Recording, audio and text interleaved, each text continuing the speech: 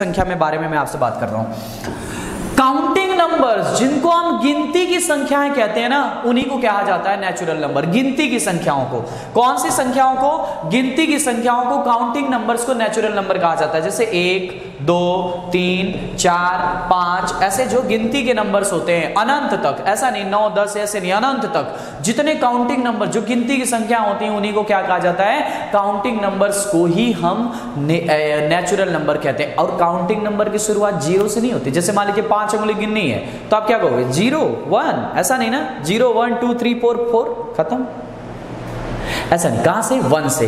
1, 2, 3, 4, 5 उंगली। मतलब अगर आपको गिनती शुरू करनी है तो 1 से, यानी कि आपकी नेचुरल नंबर की शुरुआत 1 से होती है। बात समझे ना? मोस्ट इंपॉर्टेंट एक और बात मैं आपको बता देता हूं भैया, इसी को कहा जाता है हिंदू अरेबिक नंबर। क्या कहा जाता है? हिंदू अरेबिक नंबर, यानी कि हिंदू अरबी संख्या। ये हमसे एग्जाम में पूछा गया था, सीटेट के 2011 के पेपर में पूछा था हिंदू अरबी संख्या। तभी से ये सवाल बहुत ज्यादा प्रचलित हुआ। हिंदू अरबी संख्या भी क्या होती है? नेचुरल नंबर ही होती है। हिंदू अरबी संख्या को भी नेचुरल नंबर ही कहा जाता है। इसका मतलब पता है, यानी कि जैसे हमारे एग्जाम में क्वेश्चन बना था प्रथम 50 हिंदू अरबी संख्याओं का औसत बताइए, तो जब तक आपको हिंदू अरबी संख्या ही ना पता हो तब तक औसत बताएंगे कैसे? औसत तो मैंने आपको पढ़ा दिया, वो तो आसान है, आप आसानी से निकाल लोगे। लेकिन अगर वो नेचुरल नंबर के फॉर्म में लिखा रहेगा तब आप आसानी से निकाल लोगे। एग्जाम में क्या बना था? हिंदू अरबी संख्या। तो अब आप समझ गए हिंदू अरबिक संख्या को क्या कहते हैं? नेचुरल नंबर ही कहा जाता है, बस एक नाम अलग है, बाकी कुछ नहीं होता है। बात समझ में ना? चलिए यहां तक बातें क्लियर होगी, आगे बढ़ते हैं। अगला नंबर जो मैं आपको लेके आया हूं, होल नंबर, जिनको कहते हैं पूर्ण संख्या। पूर्ण संख्या मतलब कुछ नहीं भाई, जो 0 से शुरू हो। कहां से?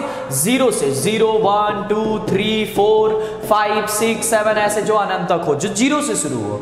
मतलब सभी नेचुरल नंबर में अगर आप 0 ऐड कर देते हो तो पूर्ण संख्या बन जाती है, होल नंबर बन जाती है।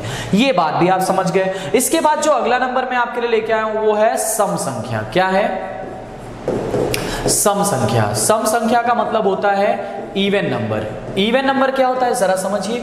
इवन नंबर का मतलब वे संख्याएं जो 2 से विभाज्य होती हैं, the numbers which are divisible by 2, उन्हें हम इवन नंबर कहते हैं। या फिर इकाई अंक पर 0, 2, 4, 6, 8 हो तो वो इवन नंबर है। जैसे 2, 4, 6, 8, 10, ये सारे के सारे कौन से नंबर हैं? इवन नंबर है। कौन से नंबर हैं? Even number. इनको हम क्या कहते हैं? सम संख्याएं कहा जाता है। इसके बाद आगे बढ़ते हैं, जैसे कि ऑड नंबर्स के बारे में, कि ऑड नंबर क्या होता है समझिए।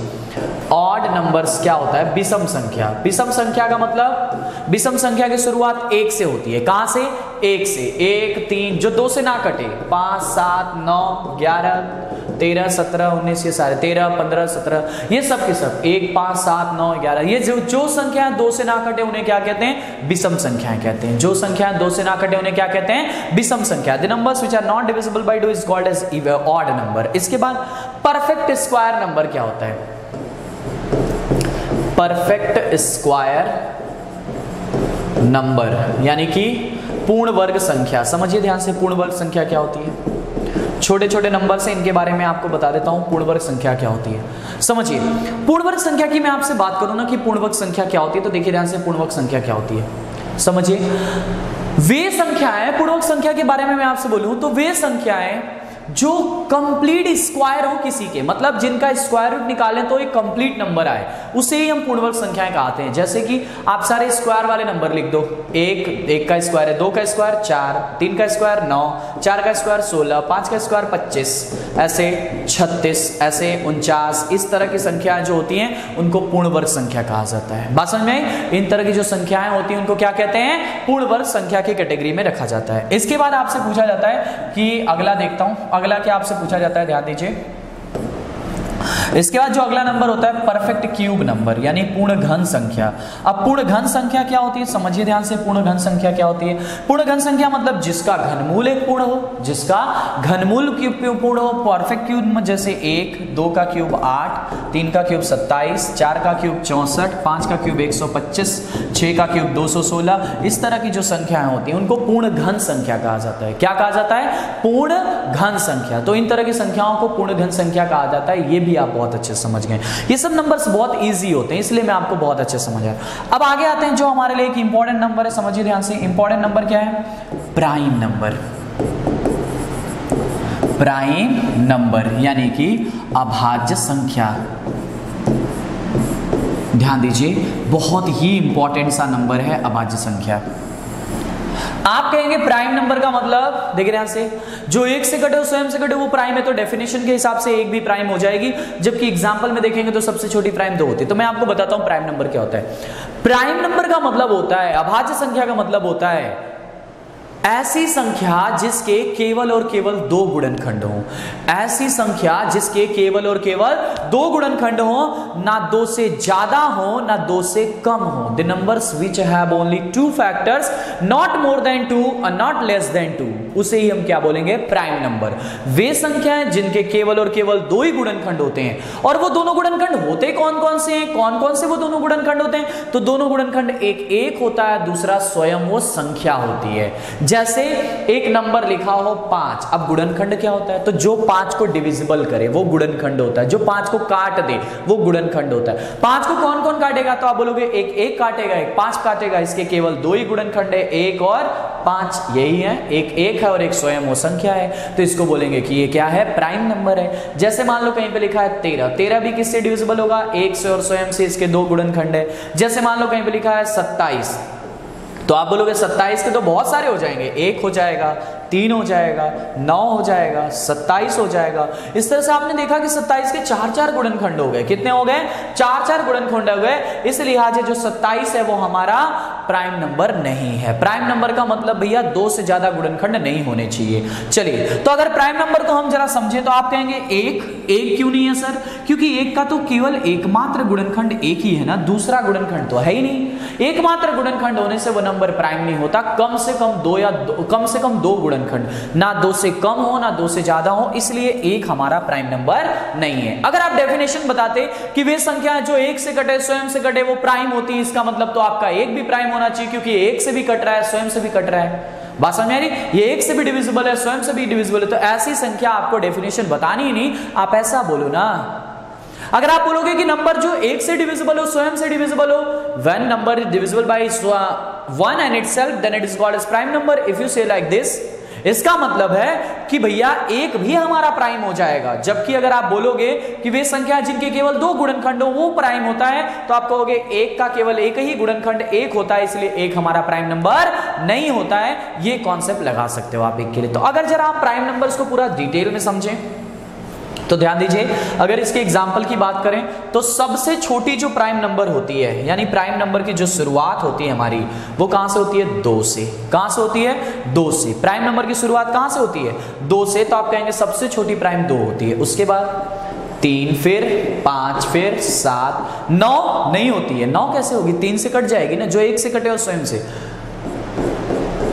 13, 17, 19, 23, इस तरह के जो नंबर्स होते हैं उन्हीं को प्राइम नंबर्स कहा जाता है। ये हमारे प्राइम नंबर्स हैं। ये हमारे क्या हैं? प्राइम नंबर्स है भाई। ये हमारे अभाज्य संख्या, इन्हीं को अभाज्य संख्या कहा जाता है। ये हमारे अभाज्य संख्या हैं। समझ में आया ना? चलिए, अब सबसे इंपॉर्टेंट कि सबसे छोटी प्राइम नंबर क्या है? सबसे छोटी प्राइम नंबर, सबसे छोटी अभाज्य। चलिए बताइए, सबसे छोटी अभाज्य आप कौन सी बोलेंगे? तो आप बोलोगे सर सबसे छोटी अभाज्य तो हमारी 2 है। सबसे छोटी अभाज्य कौन सी हो जाएगी? 2 हो जाएगी। मान लीजिए और एक और चीज मैं आपको बताऊं, यहां पे इन सारे नंबर्स को आप देखेंगे तो आप देखिए 2 एकमात्र ऐसी संख्या दिख रही है जो सम है, यानी कि 2 एकमात्र ऐसी संख्या है जो इवन है। बाकी नंबर्स की अगर आप बात करोगे 3, 5, 7 और आगे के जितने भी नंबर्स दिख रहे हैं, इन सारे के सारे नंबर्स हमारे लिए ऑड नंबर दिखेंगे। ये सारे के सारे नंबर्स हमारे लिए विषम संख्याएं दिखेंगी। केवल 2 ही एकमात्र ऐसी संख्या होती है जो सम भी होती है और विषम भी होती है। 2 एकमात्र ऐसी संख्या होती है जो सम भी होती है और विषम भी होती है। समझ में आ रहा है? कौन सी एकमात्र ऐसी संख्या है? तो आप बोलोगे सर 2 एकमात्र ऐसी संख्या है जो सम भी होती है और विषम भी होती है। समझ में आ रहा है ना? तो ये कॉन्सेप्ट आपको बहुत अच्छे समझ में आ गया कि 2 एकमात्र ऐसी संख्या। ठीक है, इसका मतलब कि 2 को छोड़कर जो सारी संख्याएं हैं वो सारी की सारी क्या हो जाएंगी? विषम संख्याएं हो जाएंगी।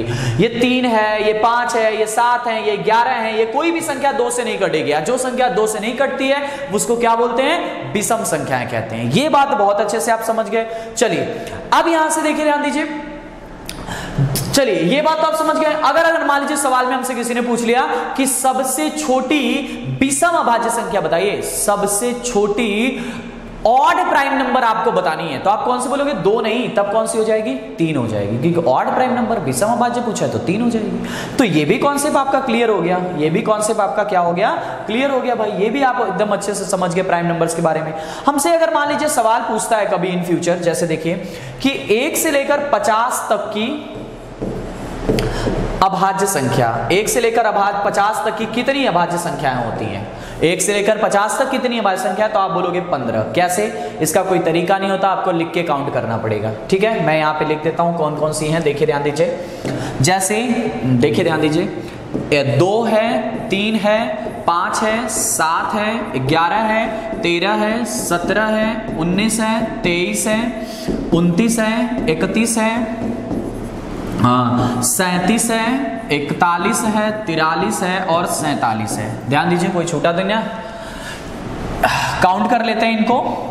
1 2 3 4 5 6 7 8 9 10 11 12 13 14 15, यही है वो 15 संख्याएं। ठीक है ना? तो हमसे पूछा जाता है कि 1 से लेकर 50 तक कितनी अभाज्य संख्या है, तो आप क्या बोलेंगे? 15। मान लीजिए हमसे किसी ने पूछा कि 50 से लेकर 100 तक की अभाज्य संख्या है, पेपर में ये क्वेश्चन बन सकता है आपसे कि 50 से लेकर 100 तक की कितनी अभाज्य संख्या है, तो आप क्या बोलेंगे? 50 से लेकर 100 बताना है ना। 50 से लेकर 100 तक कुल मिलाकर 10 प्राइम नंबर होती हैं। कितनी होती हैं? 10 होती हैं। काउंट कर सकते हैं आप, जैसे 53, ठीक है, 59, फिर 61, फिर 67, फिर उसके बाद 71, फिर 73, फिर 79, फिर उसके बाद 83, फिर उसके बाद 89, फिर उसके बाद 97। ठीक है ना? और तो कोई होती नहीं है। तो इस तरह से आप काउंट करिए। आप काउंट करेंगे तो क्या काउंट करेंगे? देखिए 1 2 3 4 5 6 7 8 9 और 1 10। तो यानी यही हमारी 10 संख्याएं होती हैं जो 50 से लेकर 100 के बीच में होती हैं। तो इनका कोई फॉर्मूला नहीं, इनका कोई तरीका नहीं। अगर आपसे पूछेगा भी तो मैक्सिमम आपसे 100 तक ही पूछ सकता है, इसके पार नहीं। मान लीजिए 1 से 50 मैंने बताया 15 होती है, 1 से 50 से 100 मैंने बताया कि 10 होती हैं। मान लीजिए आपसे दोनों मिला के पूछ दे तो कितना बोल देंगे आप? दोनों मिला के भैया 25 होती हैं। तो इस तरह की बातें आपने सीख लिया।